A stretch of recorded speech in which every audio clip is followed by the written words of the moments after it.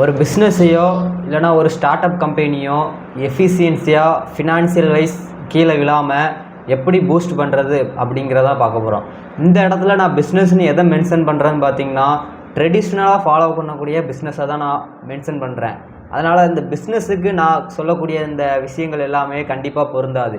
இந்த இடத்துல traditional shop எப்படின்னு பார்த்தீங்கன்னா, ஒரு டீ ஷாப் அப்படிங்கிறது ட்ரெடிஷ்னல் மூலமாக ஃபாலோ பண்ணுறதுக்கு நான் சொல்லக்கூடிய அந்த விஷயங்கள் எல்லாமே கண்டிப்பாக பொருந்தாது.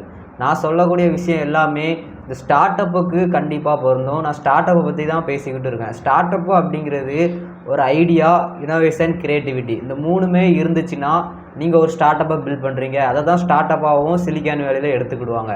ட்ரெடிஷ்னலாக ஃபாலோ பண்ணக்கூடிய இந்த tea shops, clothing shops, xerox, இது எல்லாமே ஸ்டார்ட் அப்புக்கு கீழே வராது. நான் சொல்லக்கூடிய விஷயங்கள் எல்லாமே ஸ்டார்ட் அப்புக்கு கண்டிப்பாக பொருந்தும். அது எதை சொல்கிறேன்னு பார்த்தீங்கன்னா, ஃபினான்சியலாகவும் ஹெல்த்தியாகவும் உங்களோட ஸ்டார்ட் அப்பை நீங்கள் பில்ட் பண்ணணும். ஃபினான்ஷியல் வைஸ் உங்களோட ஸ்டார்ட் அப் கீழே சரிவை நோக்கி சென்றக்கூடாது. ஹெல்த்தியாக நீங்கள் பில்ட் பண்ணணும் அப்படின்னா கண்டிப்பாக நீங்கள் டேட்டாவை கண்டிப்பாக நிறையா உங்களோட ஸ்டார்ட் அப்புக்கு நீங்கள் எடுத்து வச்சுருக்கணும். ரிசர்ச் அப்படிங்கிறது கண்டிப்பாக தேவை.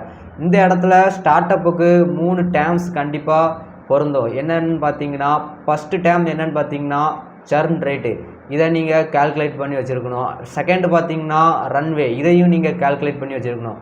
தேர்டு பார்த்தீங்கன்னா பர்ன் ரேட்டு, இதையுமே நீங்கள் உங்களோட ஸ்டார்ட் அப்புக்கு கால்குலேட் பண்ணி வச்சுருக்கணும். இதை எப்படி கால்குலேட் பண்ணுறாங்கன்னு பார்த்தீங்கன்னா, உங்களோட ஸ்டார்ட் அப்பை நீங்கள் ஒரு 6 மந்த் ரன் பண்ணியிருப்பீங்க. அந்த 6 மந்த்தில் வரக்கூடிய அந்த டேட்டாவை, ஹிஸ்ட்ரியை அனலைஸ் பண்ணி தான் இதை கால்குலேட் பண்ணுவாங்க.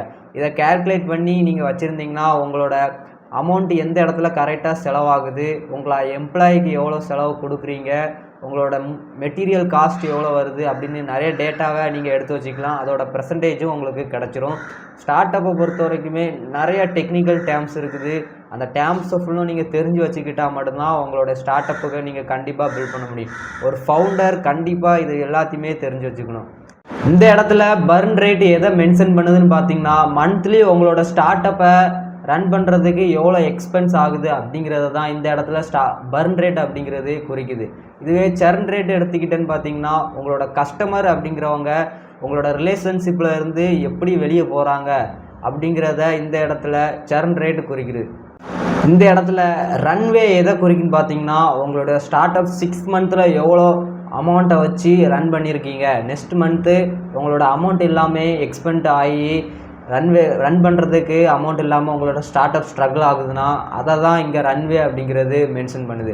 இந்த 3க்குமே ஃபார்முலா அப்படிங்கிறது இருக்குது. இதை நீங்கள் கால்குலேட் பண்ணி வச்சுருக்கணும். ஃபஸ்ட்டு ஒரு ஃபார்முலாவாக பார்ப்போம். இந்த ஃபார்முலா எல்லாமே பார்க்குறதுக்கு முன்னாடி ஒரு ஸ்டார்ட் அப்பை பில்ட் பண்ணணும் அப்படின்னா கண்டிப்பாக பொறுமை அப்படிங்கிறது ரொம்ப ரொம்ப முக்கியம். பொறுமை எவ்வளோத்துக்கு நீங்கள் பொறுமையாக இருக்கீங்க ஒரு ஃபவுண்டர் அப்படிங்கிறத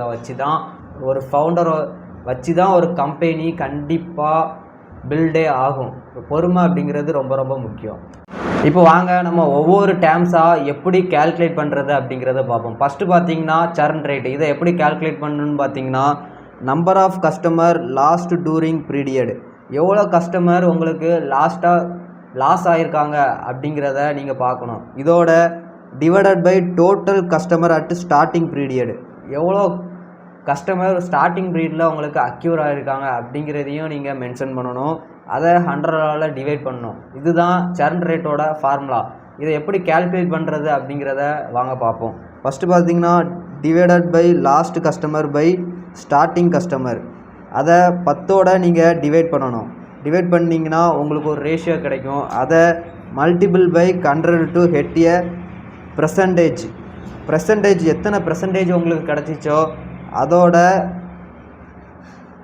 100 நீங்கள் டிவைட் பண்ணிங்கன்னா உங்களுக்கு பர்சன்டேஜ் அப்படிங்கிறது கிடச்சிரும். மந்த்லி சர்ன் ரேட் அப்படிங்கிறது கிடச்சிரும். இதுதான் சர்ன் ரேட்டோட ஃபார்முலா. இதை இப்படி தான் நீங்கள் கால்குலேட்டும் பண்ணணும். செகண்டு பார்த்தீங்கன்னா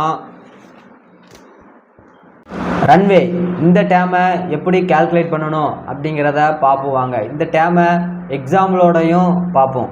ஃபஸ்ட்டு இதோட ஃபார்முலா என்னென்னு பார்த்தீங்கன்னா, கேஷ் ஆன் ஹேண்டு, உங்கள் கையில் எவ்வளோ பணம் இருக்குது அப்படிங்கிறத பார்க்கணும். அதோட பர்ன் ரேட், மந்த்லி உங்களுக்கு எவ்வளோ செலவாகுது அப்படிங்கிறத டிவைட் பண்ணணும். இப்போ எக்ஸாம்பிளோட பார்ப்போம்.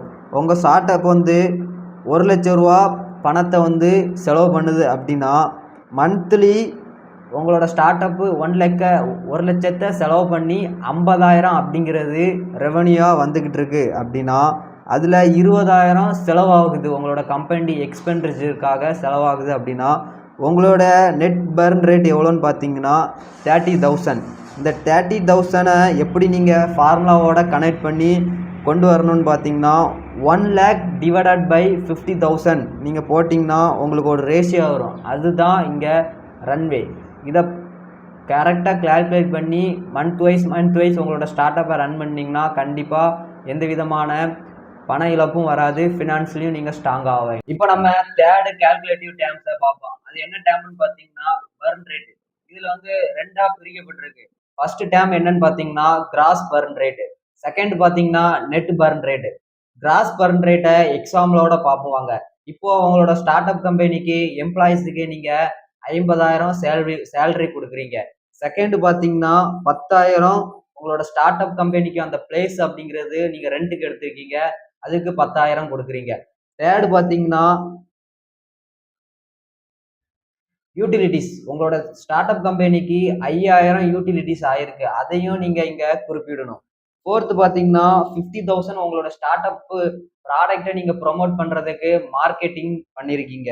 இதுதான் கிராஸ் பர்ன் ரேட். இது எல்லாத்தையும் நீங்கள் கூட்டினீங்கன்னா ஒரு அமௌண்ட் வரும், 80,000 80,000 அப்படிங்கிறது வரும். அதுதான் இங்கே கிராஸ் பர்ன் ரேட்.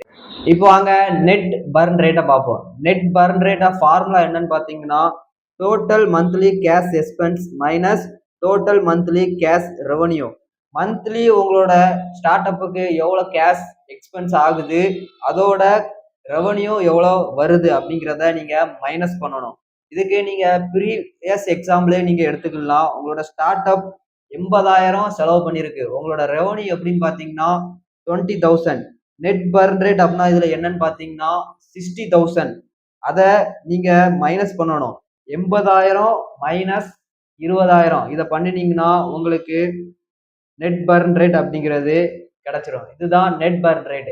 இந்த ஸ்டார்ட் அப்போட இந்த டேர்ம்ஸை கால்குலேட்டிவ் டேர்ம்ஸை நீங்கள் கால்குலேட் பண்ணி உங்களோட ஸ்டார்ட் அப்பை நீங்கள் ஸ்க்ராட்ச்லேருந்து பில்ட் பண்ணும்போது கண்டிப்பாக நீங்கள் சக்ஸஸ் பண்ணலாம். எந்த விதமான ஃபெயிலியரையும் நீங்கள் சந்திக்க வேண்டாம்.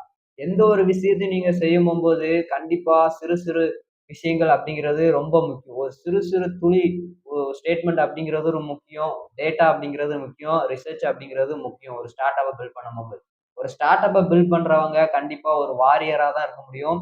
அதே போலவே ஒரு ஸ்டார்ட் அப்பை பில்ட் பண்ணுறவங்க ஒரு குழந்தைய எப்படி வளர்ப்பாங்களோ அதே போல தான் ஒரு ஃபவுண்டர் அவங்களோட ஸ்டார்ட் அப்பை ஸ்டார்டிங்லேருந்து வளர்த்துருப்பாங்க.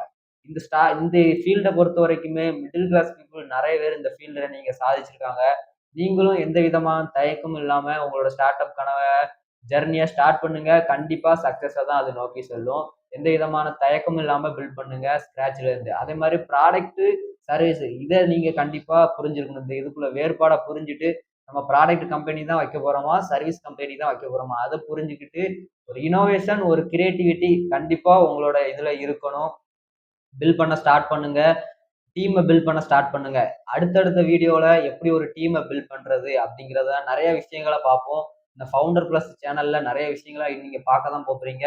இந்த சேனலை நான் இப்போ தான் தொடங்கியிருக்கேன், இதை அப்கிரேட் பண்ணணும். நிறைய ஷார்ட்ஸ் அப்படிங்கிறது வருது. இன்ஸ்டாகிராம் ஐடி என்னோட பேஜ் கீழே கொடுக்குறேன், இது டிஸ்கிரிப்ஷன்லையும் கொடுக்குறேன், நீங்கள் பார்த்துக்கோங்க, ஒரு ஃபாலோ பண்ணிக்கோங்க. நிறைய அதில் ஷார்ட் வீடியோ அதில் நிறையா நான் போட்டுட்டு வரேன், அதையும் நீங்கள் பார்த்து தெரிஞ்சுக்கோங்க. இப்போ இந்த வீடியோவை நான் முடிச்சுக்கிறேன். தேங்க்யூ.